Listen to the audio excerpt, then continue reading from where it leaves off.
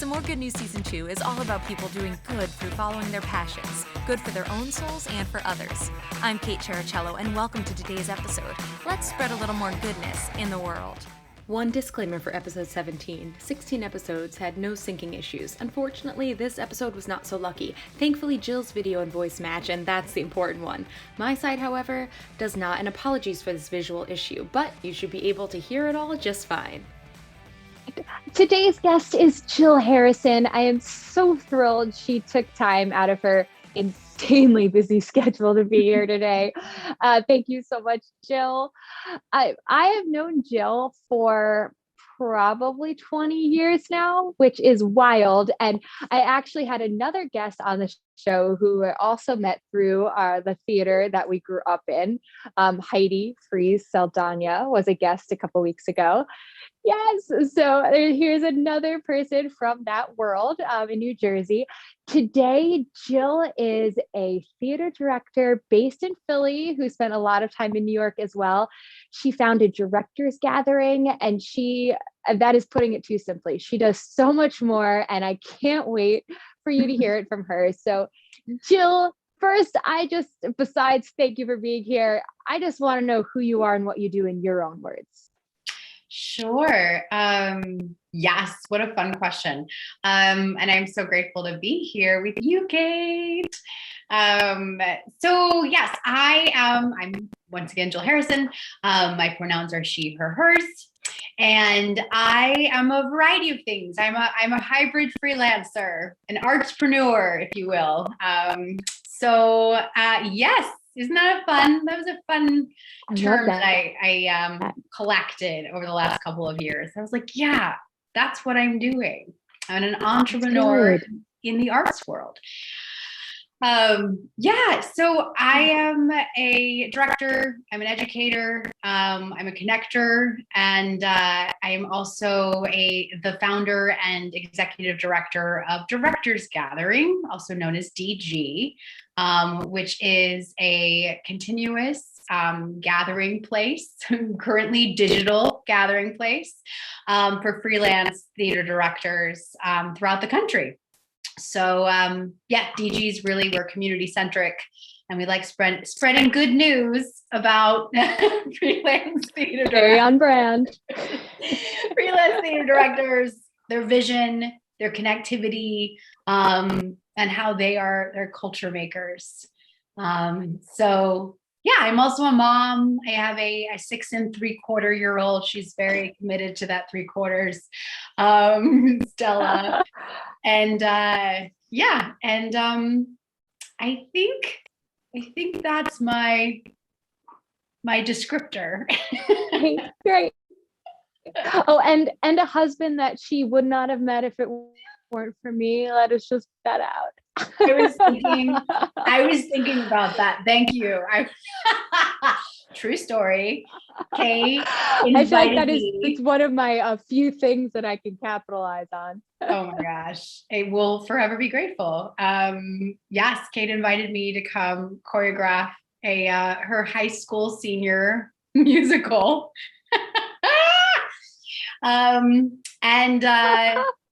My now husband was invited by the director, Amy Howe, to come and music direct the production.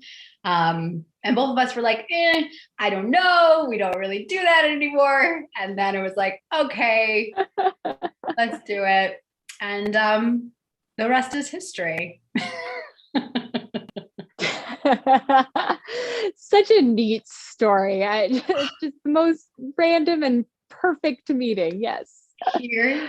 And then so, Jill, my second question is just sorry, there was a little delay, so keep going. Oh, no worries. I was just going to also say like how special it was and how much it still means to us that you're in our life, and that you and your parents were at our wedding, and just then we got to see you when you came to New York for the first time, and it's been and now Jeff has entered your life, and a dog. I see that there's a furry baby that has arrived. Mm-hmm. There is. Miss Olive. Yeah. Oh, She is. Yeah. Well, Jill has always been so good to me for all these years. So grateful. Speaking of all these years, tell me a little bit more about how you where you are now. Yeah. So again, connectivity with Kate. So I grew up in the theater as an actor, and then figured out pretty soon. I mean, I was like in my middle school years, starting to figure out that I'm really interested in how this event is made, how the lights get turned on, why they're chosen in a certain color, how bodies move through space. And how, most importantly, that still remains true for everything I do. Two parts. One is community. So the community of the people around us, and then also the engagement with the audience of who we're sharing these stories or this event and experience with. So I had this desire to keep in that theatrical world, that community-based world. I didn't know if it was going to be acting. That was something that was tricky as a young artist, because acting was pretty much the option, right? Like when you're making theater as a kid, it's pretty much you're the performer. And so that took me all the way through to college. About my sophomore year in college, I was still like, I just want to be here in this theater environment, but I really don't think I want to be on stage anymore. I care so much more deeply about my fellow actors. And yeah, just the community, the event, this greater impact. And so by my junior year, I had some really awesome professors. I went to Lehigh University, and they were starting to see that burning desire to be a part of the larger event, and encouraged me to take directing. So I started taking directing. I did that track, and I ended up getting to direct on their main stage my senior year, which was really exciting. I look back on that experience and those resources and go, I mean, getting to direct a fully realized musical was just a treat and a gift and a privilege. And your skill, it was fantastic. Thank you. Did you? That's what you and your mom saw it, right? Yeah. Yes. I've never laughed so hard. Oh my gosh. So good. It was magical. Like I was just so fortunate with the folks who showed up to be a part of that, again, that community and that piece, and to have faculty members have that kind of faith in me meant a lot. And then sent me on yet another path of, again, this sense of like community and then education and folks having faith in each other. And faith in each other, no matter where you are on your trajectory, whether that be your professional craft or your education. So I set out into the world and it was like, all right, it's time to be a freelance theater director, whatever that means. Off you go to the great big city of Manhattan, and Astoria, Queens, which is where I got to live for several years. And I got a day job, which was a lot of temping, and which is a really awesome setup. And I miss that, of being able to, like, as a freelancer, have a day job that you can like bop in on and do, and then like bop out of it. There's something really helpful for that when you're also trying to do a different career path or lifestyle that's separate from the like 9 to 5 career path. So I did that for a while, and then it was time for grad school, and I went to Temple University in Philly, which brought Tom and I, my husband and I, to Philly. I got my MFA in directing at Temple, and went through yet another like cocoon shedding of like recognizing that, oh, I want more. I want to be involved even further than a director who is helping guide vision and an experience for a story and a production. I really would love to know, like, who's coming to this, who's being reached out to, what is the image for the production and for the poster, what are the processes behind curating the entire season, and so on. Community engagement, who's coming for post-show discussions. So that a colleague of mine at the time, again, I'm very fortunate to have folks who I put trust in and were observing this sense of, oh, maybe you should try. And so between grad school and graduating was like, I think maybe you're a producer. So that is true. I am a producer. Yeah. And I am a gatherer of community and a connector. So post grad school, it's been like the last 10 years has been really where I've centered that entrepreneur spirit and process, because it's, again, a little off the beaten path. Right. I mean, we're starting to see line producer positions and creative producer positions, and looking back at it, I'm like, oh, that's probably like a job I would be applying for. But at the time when I was setting out, that wasn't quite a thing yet. So it's a lot of forging my own path. And the Directors Gathering came around in 2014, mainly because it gets lonely forging your own path. And isolating, and freelance directors, we do that, right? We show up for a couple of weeks, we do our job, and then we go onwards. There's usually only one of us. So that's hard after a while. And I'm starting to just witness here in Philly a lot of freelance directors having similar sentiments and wanting opportunities for further training, and maybe didn't have the interest, resources, or time to go back to grad school. So it was like, how could we fill in that gap? How could we fill in the gap of, again, there's usually one of us in a process, so we don't get to really see each other in process or talk to each other.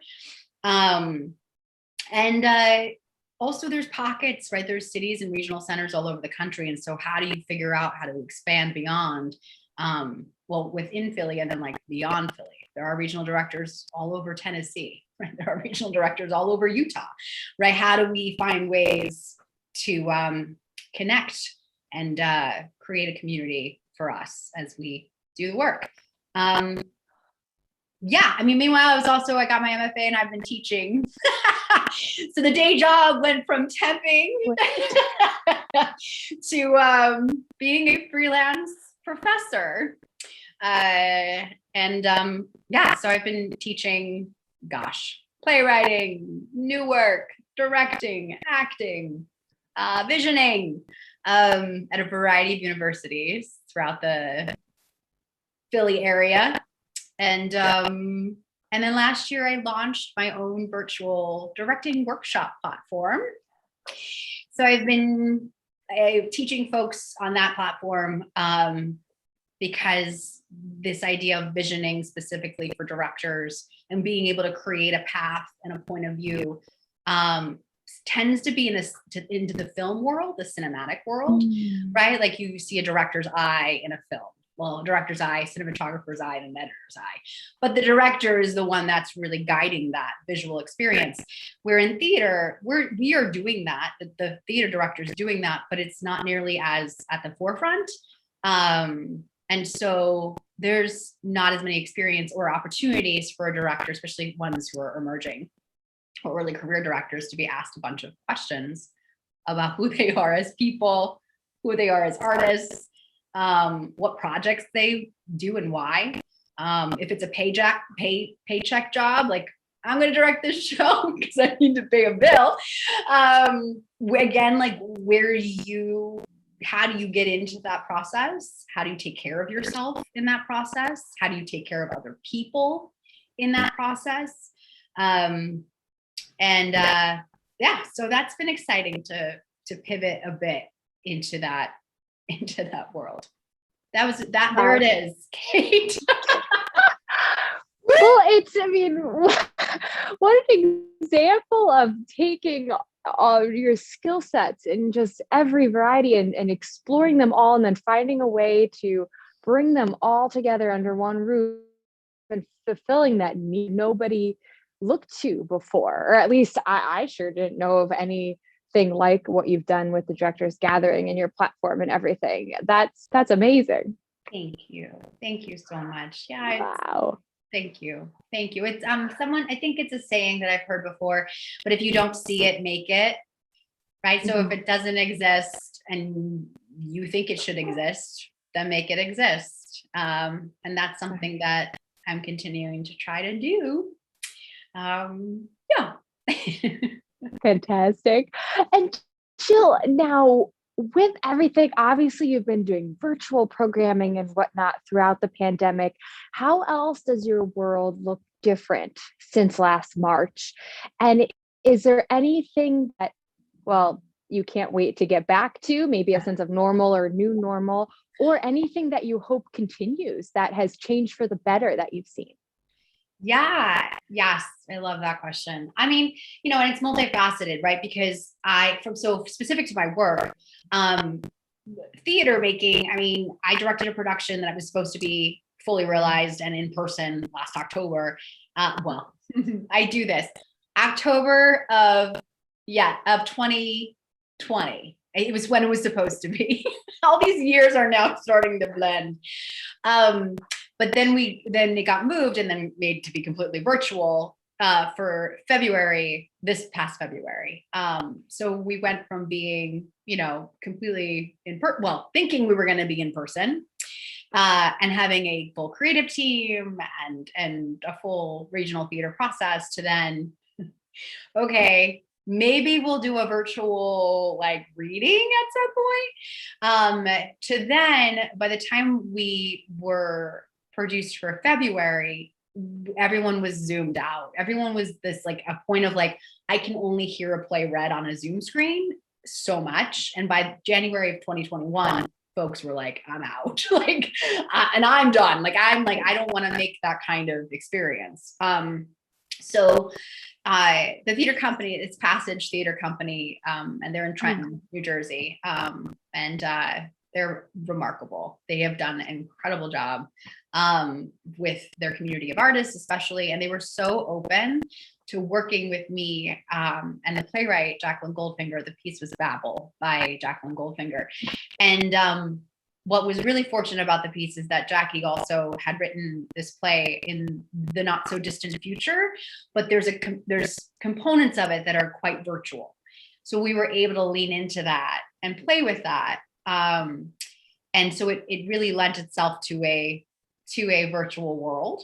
So that was really helpful. I kept on saying, thank you, Jackie. But we followed that, and something that's tricky, right? Because there's an accessibility that I think is really exciting about a virtual platform and a virtual world, right? So this piece I was able to direct and share with friends and family from all over the country, wherein pre-pandemic times, whoever could make it physically is who would have seen the piece, right? So that's really neat that I had family sitting together in Washington, D.C. watching this production, or in California. So that was really cool. I think the hard part and what I'm missing is the palpable, being able to be in person, in breath, hearing another person breathe while witnessing something happening while other people who are making it are breathing, and just that collective humanity and in-person humanity, that community I really miss. And I find myself, whether it be a Directors Gathering, programmer event, a board meeting, or a rehearsal process, or in teaching especially, I keep doing, I get closer and closer to the screen. Folks are whoa. And I'm but I just want to reach in and be able to have that visceral, metaphysical experience that a screen doesn't allow us to do. So I'm actually like, I want that. And so I'm figuring out how to do that. It's being more pointed. So it's informing directors gathering and even my own work of like, okay, so moving forward from a sustainable stand, like what can we afford is like, do we do one in person, like one big in-person thing a year? And then other things are companion experiences that are virtual, right? So people, again, are accessible, have the accessibility to it, but there's still an in-person thing to look forward to and be a part of. And with rehearsing and the other, like these multifaceted experiences is like as a parent.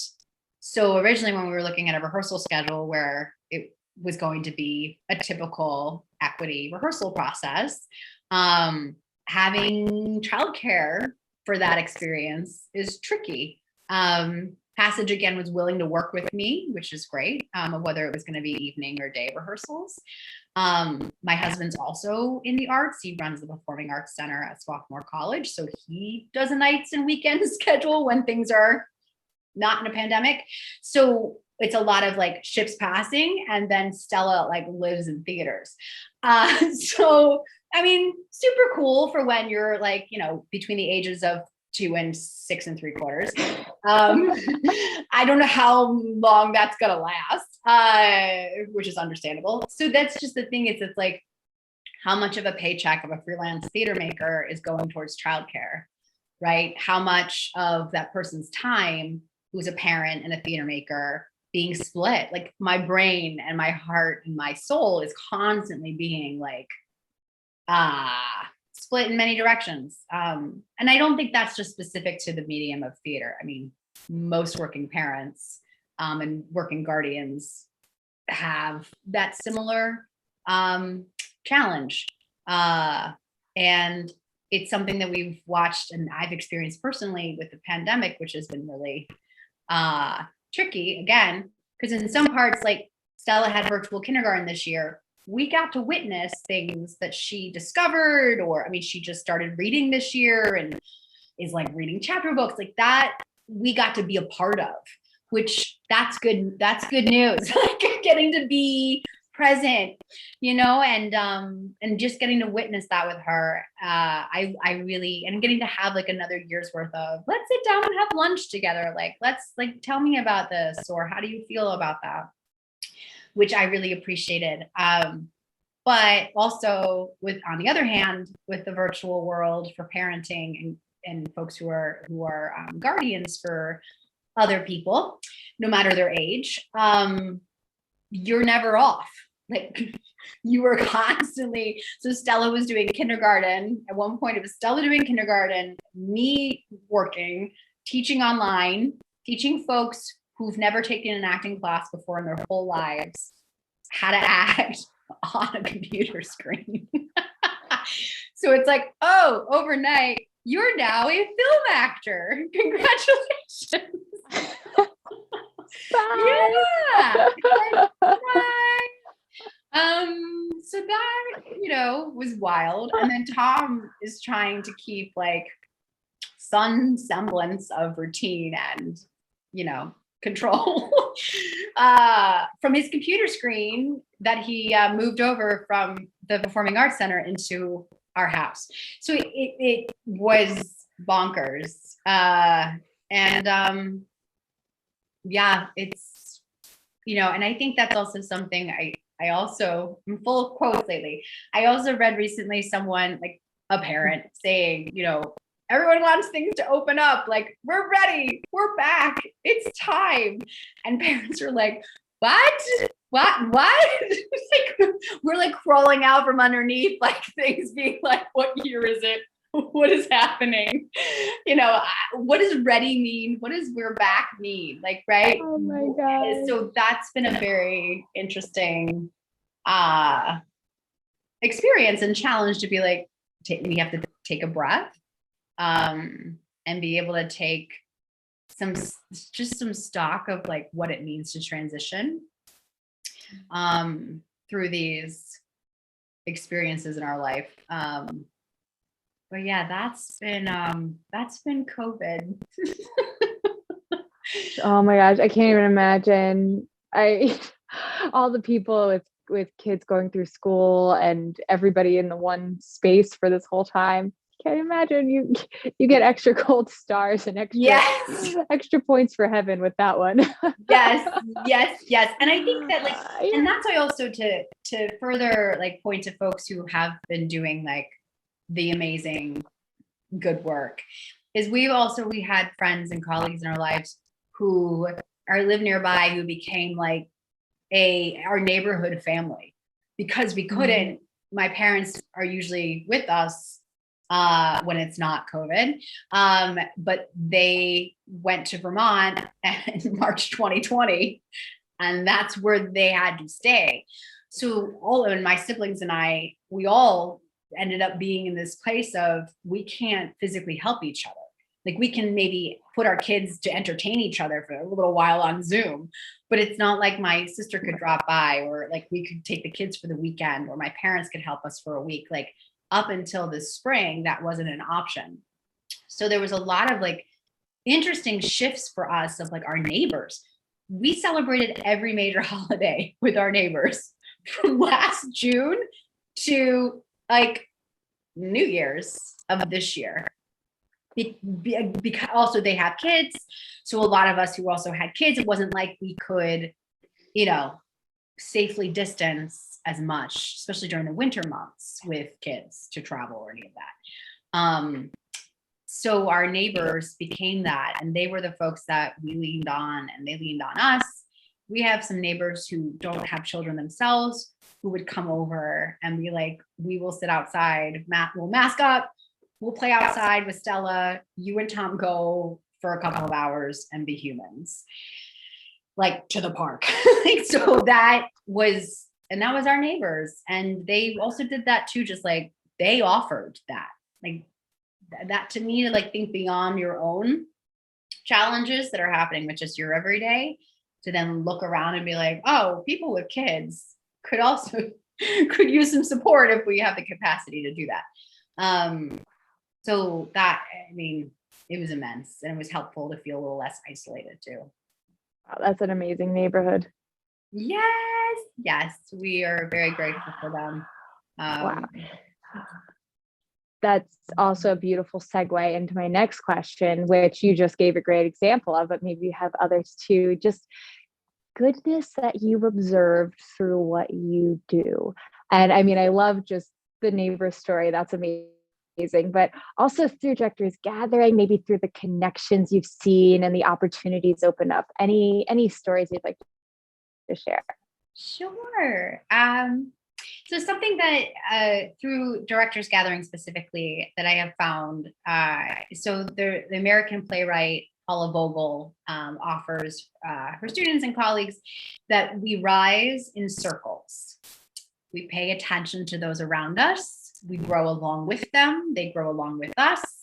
We grow more. And that might not necessarily be like what the rise is, not necessarily vertical. The rise could be expansion. The rise could be diving deeper and be more immediate in a moment. But I love this sense of community and organic awareness with that kind of journey and process. And so that is something that her offer carries. I carry that with me throughout Directors Gathering and directing and producing and teaching. And I also feel like I see that so much. I see the folks in our theater community here in Philly and now beyond. Something that the virtual world offered Directors Gathering is we now have members that live all over the country, which like literally overnight we went from having only Philly-based Directors Gathering members to Directors Gathering members literally all over the country. One actually was, she was guesting with us and was living in Madrid. So we even had someone representing the COVID lockdown in Madrid. Like literally that was what she was experiencing while calling into our gatherings. So you just like this huge net has just been cast, and the opportunity and the gifts to be able to witness people's realities all over the world was incredibly remarkable. Watching how resilient people are, how kind people are, how generous people are. I also have witnessed this past year how people, and we've been given the opportunity to do this because there's been, it's all relative, but a bit more time and breath to think about what inclusivity means, to think about what accessibility means, to think about what diversity means and safety, and to really recognize what those ideas and then the necessary actions that go along with those ideas are, and how that permeates, and how you as the human are making that permeate throughout all of the facets of your life. And also all of those aspects within not just an in-person world, but a virtual world, right? So how do you build a safe space in a Zoom room, and potentially a multi-generational Zoom room, because there are guardians who have young folks walking in and out of spaces, right? That we're having to be mindful of. And just, I keep coming back to like the generosity and the resilience of a community. And just being willing, the bravery to be willing to name personal limitations and boundaries, being able to name where either previous action or current action have been problematic or challenging for people, and being able to work together to change those challenging, problematic environments. So I have been very grateful to be a part of a lot of those conversations and a lot of those actions. And like in these pockets of directors gathering, in Zoom rooms for educational purposes, and on the streets of Philadelphia. Philly has been, this past year in Philadelphia has been remarkable. It's been remarkable. And I've also been grateful that Stella has been able to witness as much as she's witnessed this past, like 18 months, for her to see, and for her to see like the breadth of everything from like pure connection and the gifts of that, and the gratitude and the joy of our community and our neighborhood, to marching for Black Lives Matters down the street in one of our other neighborhoods in Philly, to like being a part of that. It's just been really necessary and great to have her be a part of that. Yeah, that's my response. That's all, Jill. Wow. What a year and a half. Well, since when did you start doing everything you're doing? Yeah. Years and years. Right? It's like the pivots. Unbelievable. The pivots. It's been a, wow. Yeah. Well, Jill, yeah. Last question then. Do you have anything you find yourself telling, either you yourself, telling your students, telling other directors over and over again? Mantra. I know you said you love quotes. Yeah. Anything like that? Yes, I love this question so much. So I, if I may, I have a little plug, because it's going to be yes, open and available for anyone who's interested. It's a virtual experience. Anyone's interested in coming. So Cece Wright is Directors Gatherings, Director of Membership and Engagement. And so Cece and I have been curating a virtual gathering at the end of this month, on Sunday, June 27th at 5 p.m. Eastern Standard Time. We now need to say Eastern Standard Time because we have members who are not on Eastern Standard Time. But the gathering is going to be an opportunity to consider what it means to create community and as a director or collaborators or people who like theater, to create community with two different ways in, two different methods that we're intrigued by. So the first one is, so Priya Parker is a writer, a gathering extraordinaire, like an event guru. I mean, beyond like planner, like she, I mean, works on like G7 summits. Like she's a remarkable human. But she's written this book called The Art of Gathering. And she's just actually released a companion piece that you can follow her on Instagram. And she's released a companion piece that's The Art of Gathering Now, and what it means to be gathering in a virtual space, a hybrid space. But she just creates a sense of like journey and map, if you will, of how to connect with folks. And, you know, what we love so much about it is theater is humanity, right? Theater is the artistic expression of humanity. So her book is about all facets and types of humanity. And so for us, we're like, well, theater fits right in there. And it's directing as well. So that's Priya. And then the other piece of literature that we're looking at is Sun Tzu's The Art of War. To look at this piece, and Cece has shared that because when she was in graduate school, it was recommended that The Art of War be read and considered for what the functionality and necessity is to gather on behalf of and with people in a life or death situation. So what are the necessities? Right? Like, it's like, whoa. Because at first you're like, The Art of War. Okay.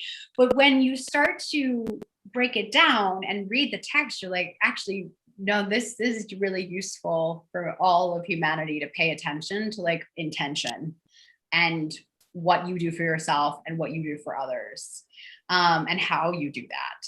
And so we take a grand experiment. We're like, what is the intersection of this kind of way of thinking? And because also, like, teaching folks how to direct, gathering folks who are already directing, like, we're all having to, in a way, relearn and pivot what we're doing. But we're also really looking towards how to help fellow humans as directors do that, because we feel like that's probably even more important than technique and skill. Like, technique and skill are imperative. I'm an educator. They're important. But, like, you need to be a human first, and we need to help that.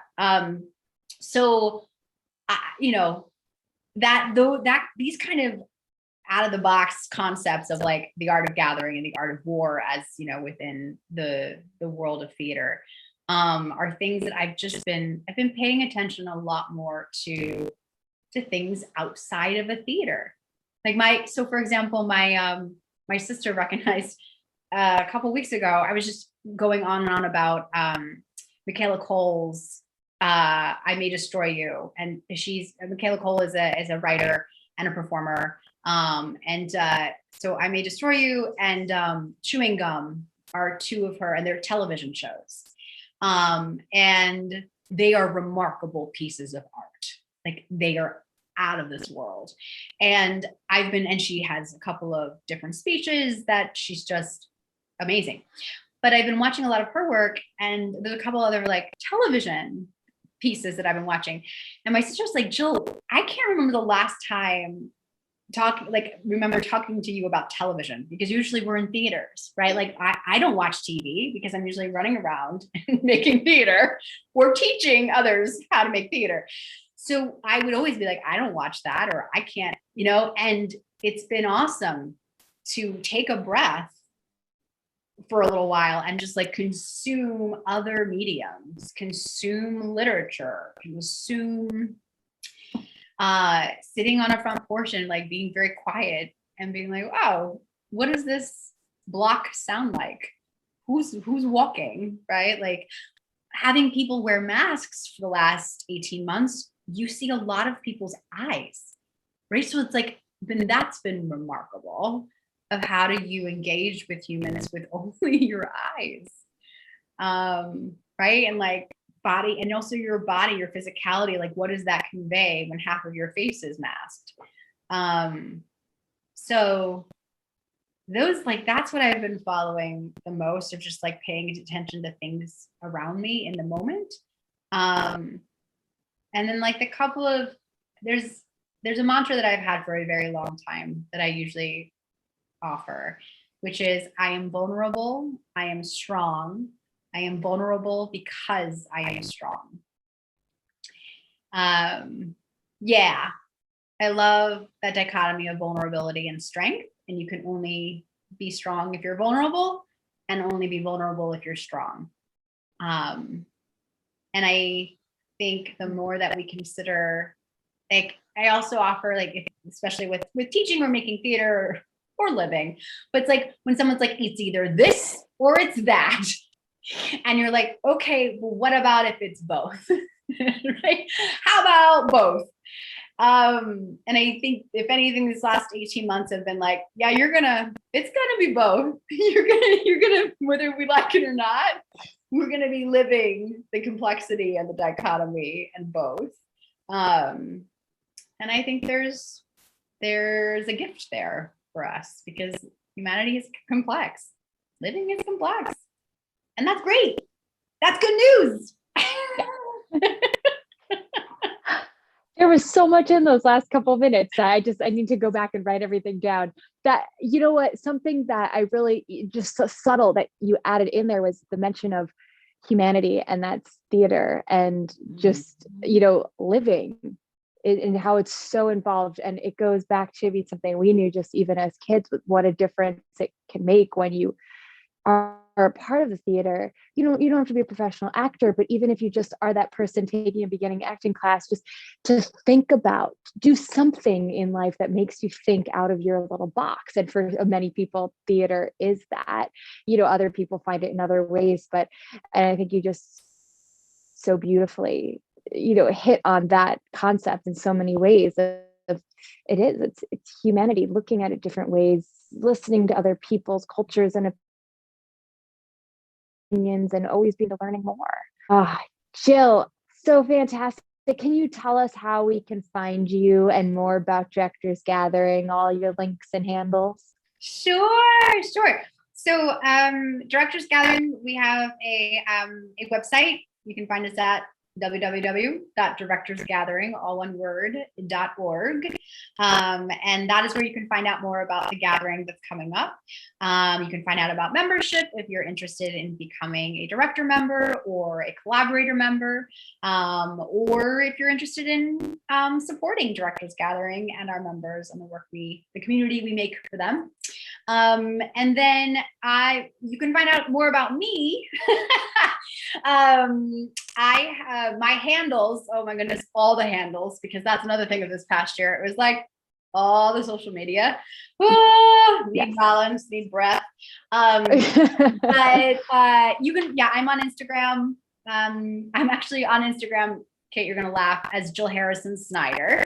We were talking about like my name. But my professional name is usually Jill Harrison, but that was taken on Instagram. So it's all lowercase, one word, Jill Harrison Snyder on Instagram. I'm on Facebook as Jill Harrison. I'm on Twitter as Jill Harrison. I'm on LinkedIn as Jill Harrison. And I'm darn Instagram. Yes, and I'm so close to having my own website. So close. Learn how to do that. So good stuff. Excellent, Jill. Thank you. I can't thank you enough. Thank you for this opportunity, and thank you for the work you're doing. Thank you for spreading good news. Well, we need it, and thank you. Thanks so much for listening. We need all the good news we can get. This is Kate Chericello. Please follow me at positively_Kate on Instagram for more. And if you have stories of good news that you know need to be shared, please do send me a message. If you enjoyed today's episode, it would mean so much if you shared it with your friends and left a review. Thank you, and see you next time.